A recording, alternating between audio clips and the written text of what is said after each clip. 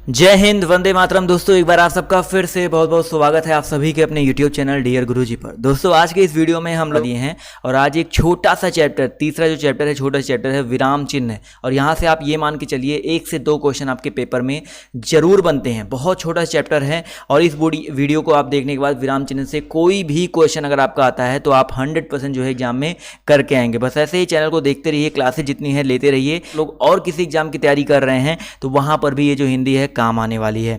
चलिए दोस्तों, तो यहाँ पर स्टार्ट करते हैं क्लास को। पहले जानेंगे भैया विराम का मतलब क्या होता है। विराम का मतलब सभी को पता है, विराम का अर्थ होता है रुकना या ठहरना।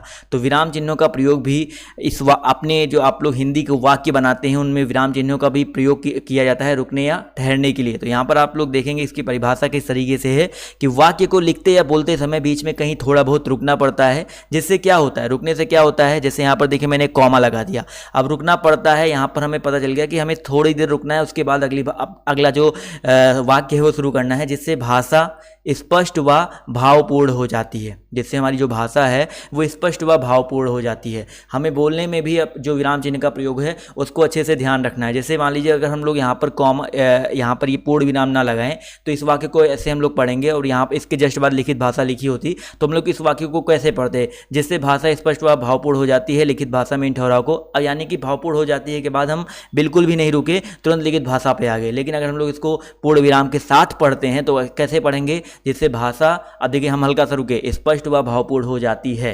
अब यहाँ पर हम रुके, अब थोड़ा सा विराम, ये होता है पूर्ण विराम, यानी कि हम लोग काफ़ी देर तक रुकेंगे। फिर हम लोग अगले वाक्य को पढ़ेंगे। लिखित भाषा में इन ठहराव को व्यक्त करने के लिए कुछ चिन्हों का प्रयोग किया जाता है जिन्हें विराम चिन्ह कहते हैं। अब देखो यहाँ पर इस पेज में ही देखिए कितने सारे विराम चिन्हों का प्रयोग किया गया है। यहाँ पर देखिए उद्धृत चिन्ह है, यहाँ पर देखिए कॉमा है, यहाँ पर देखिए पूर्ण विराम है, यहाँ पर देखिए कॉमा है जिसको अल्प विराम बोलते हैं। तो इस तरह के चिन्हों का हम लोग प्रयोग किए हैं। यहाँ पर कुछ इंपॉर्टेंट विराम चिन्ह पहले जानेंगे, उनकी परिभाषा जानेंगे। उसके बाद आपके पेपर में जो आपके जितने भी प्रकार के विराम चिन्ह होते हैं 10, 12, 20 प्रकार के, वो सब आपको मैं बताऊंगा। और जितने आपके पेपर में बन सकते क्वेश्चन वो भी मैं आपको इसी वीडियो में करवाने वाला हूं। तो यहाँ पर देखिए पहले हम लोग जानेंगे पूर्ण विराम क्या होता है। तो सभी को पता है भैया पूर्ण विराम क्या होता है। वाक्य के अंत में, दोहा, श्लोक, चौपाई आदि में पहली पंक्ति के अंत में एक पूर्ण विराम लगता है और दूसरी पंक्ति के अंक में ये वाला जो सेकंड पूर्ण विराम लगता है। देखिए पूर्ण विराम जब आप लोग कोई वाक्य लिख रहे हो तो वहां पे एक पूर्ण विराम लगाओगे, लेकिन जब लोग दोहा पढ़ते हो, जैसे रहमन पानी राखिए बिन पानी सब सून, जो जहां पे सून खत्म होगा वहां पे एक पूर्ण विराम लगाओगे। पानी गए ना उबरे मोती मानस चून, यहाँ पर देखिए 2 लगा देंगे। तो ये दोनों मतलब पूर्ण विराम ही होते हैं, बट दोहा, श्लोक, चौपाई में कुछ इस तरीके से इनका यूज किया जाता है। तो पूर्ण विराम देखिए आपके लिए आसान हो गया कि बेसिकली जब किसी वाक्य को खत्म करना होता है, अंत करना होता है, तो हम लोग वहां पर पूर्ण विराम का यूज करेंगे। इसी तरह अर्ध विराम होता है कि 2 वाक्यों को जोड़ने व 2 से अधिक उपाधियों के बीच होता है। समझिए अर्ध विराम क्या होता है, 2 वाक्यों को जोड़ने। जैसे यहाँ पर देख सकते हैं 2 वाक्यों को जोड़ने, देखिए एमएड हो गया, बीएड हो गया। अभी इसको मैं और अच्छे समझाऊंगा, उसकी टेंशन मत लीजिए। अर्ध विराम कहाँ पे और यूज कर सकते हैं, जैसे एमएड, एमए हो गया, बीएड हो गया, तो यहाँ पर देखिए अर्ध विराम का प्रयोग किया गया है। इसी तरह अल्प विराम की बात करते हैं, जहां कम देर रुकना, यानी थोड़ी देर के लिए थोड़ा ठहराव लाना हो, वहां पर बेसिकली आपका क्या होता है, अल्प विराम होता है। और अगर हम बात करते हैं विस्मयादि बोधक के बारे में, तो विस्मयादि बोधक क्या होता है दोस्तों, विस्मय, हर्ष आदि, आश्चर्य, घृणा का बोध करने के लिए विस्मयादि बोधक का यूज करते हैं, जिसको हम लोग इस तरह से प्रकट करते हैं। अब देख लेते हैं, जैसे कहाँ पर, जैसे एक वाक्य है, हे के बाद हमने लिखा हे राम लिखा, मैंने पूरा लिखा हे राम। तो हे राम के बाद हम लोग इसका यूज करेंगे। जब आपको विस्मय, हर्ष, आश्चर्य ये सब दिखाना होता है तो इसका यूज करते हैं। तो यहाँ पर सिर्फ आपको क्या याद रखना है कि इनका प्रयोग कहाँ पे करते हैं, इनका चिन्ह क्या है। ठीक है, इनके चिन्ह क्या क्या है ये आपके सामने देख सकते हैं। ये कुछ इंपॉर्टेंट है जो आपके पेपर में बार बार बनते हैं। जैसे पूर्ण विराम आपका इस तरह से होता है, अर्ध विराम मैंने अभी आपको दिखाया था, आपका ये देखिए इस तरह से है। अल्प विराम मतलब होता है कॉमा, देखिए यहाँ पर कॉमा लगा हुआ है। प्रश्नवाचक चिन्ह, प्रश्न पूछने के लिए जब यूज करते हैं तो प्रश्नवाचक चिन्ह का प्रयोग करते हैं। देखिए विस्मयादि बोधक आपका इस तरीके से होता है।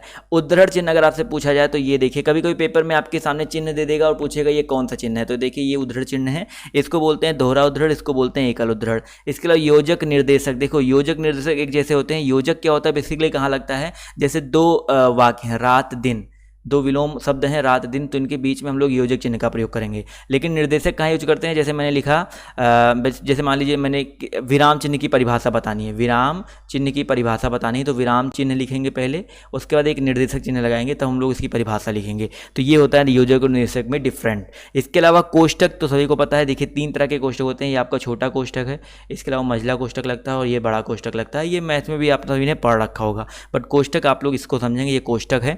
इसके अलावा हंस पद बहुत ही इंपॉर्टेंट है, कई बार पेपर में आ चुका है आपका। हंस पद कहाँ पे यूज करते हैं, जब कोई त्रुटि हो जाती है, जैसे मुझे विराम चिन्ह लिखना है, अब विराम चिन्ह के बीच में हमें कुछ और लिखना है, तो यहाँ पर ऐसे ये हंस बोधक लगा के यहाँ पर कुछ लिख सकते हैं, तो इसे बोलते हैं हम लोग त्रुटि बोधक या हंस बोधक, हंस पद, याद रखिएगा। इसके अलावा रेखान क्या होता है, रेखान बेसिकली किसी को रेखांकित करने के लिए, जैसे अर्धविराम के नीचे मैंने रेखा लगा दी तो रेखान हो गया, तो रेखान भी आपके पेपर में आता है। इसके अलावा लाघव चिन्ह देखिए दिया गया, ये देखिए आपका लाघव चिन्ह होता है, कई बार आपके पेपर में पूछा गया है। और एक होता है आपका लोप चिन्ह, जब देखिए डॉट डॉट डॉट डॉट लगाते जाते हैं, वो आपका क्या होता है, लोप चिन्ह होता है। तो ये कुछ इंपॉर्टेंट आपके विराम चिन्ह थे जो कि हिंदी में बहुत ज़्यादा प्रचलित हैं और आपके पेपर में यहाँ से सीधे क्वेश्चन जो है आपके बनते हैं। एक और चीज़ जान लेते हैं भैया, आपके पेपर में बार बार पूछे जाने वाले प्रश्न, तो बहुत सारे ऐसे क्वेश्चन जो पेपर में बार बार पूछे जाते हैं, जैसे श्री कामता प्रसाद के अकॉर्डिंग का विराम चिन्हों की संख्या कितनी है, टोटल 20 है।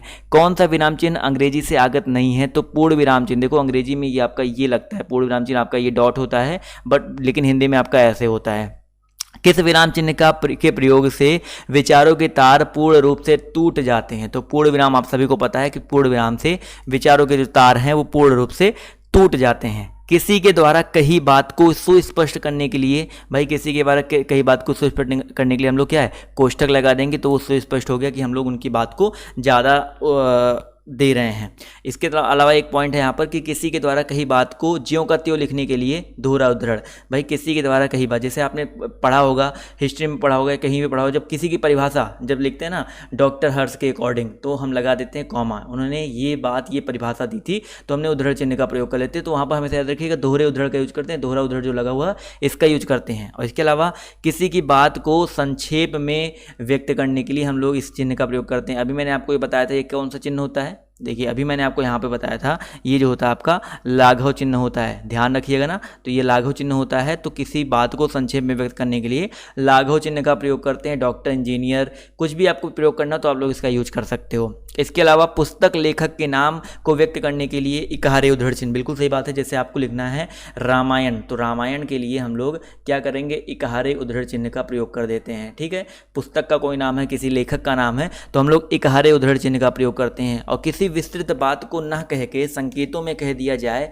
वहाँ पर कौन से लोप चिन्ह का प्रयोग होता है, भाई किसी विस्तृत बात को न कह करके क्या बोलते हैं, संकेतों में कह दिया जाए, वहाँ पर देखिए ये डॉट डॉट लगा, इसको भी लोप चिन्ह बोलते हैं और इसको भी लोप चिन्ह बोलते हैं। तो कंफ्यूज मत होइए, कभी कोई पेपर में आपके सामने ऐसे ऐसे दे देता है ये कैसा चिन्ह है, तो ये भी लोप चिन्ह ही होता है, ठीक है। समझ में आ गया ना। यहाँ पर एक पॉइंट मैं और ऐड कर देता हूँ, लोप चिन्ह में आपका ये भी हो गया, ठीक है। तो ये चीज़ याद रखिएगा। तो विराम एक छोटा सा टॉपिक था, आपको ये टॉपिक कैसा लगा कमेंट करके बताइएगा।